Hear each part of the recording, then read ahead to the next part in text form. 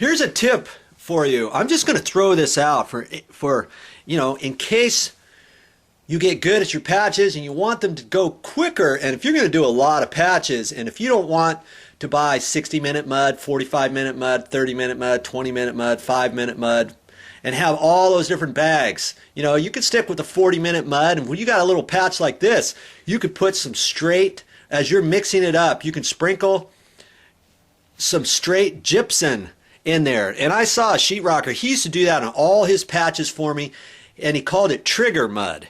And that just makes the other mud go off that much quicker.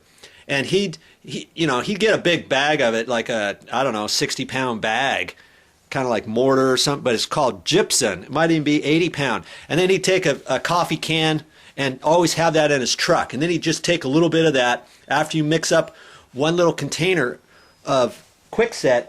He'd take a little bit and just sprinkle it over the top, mix it in, and he'd put it on. And man, sometimes he could hardly get all the stuff out of his pan before it hardened up. So then you just have to figure out, okay, how much do I have to put in? Okay, next time I won't put in as much.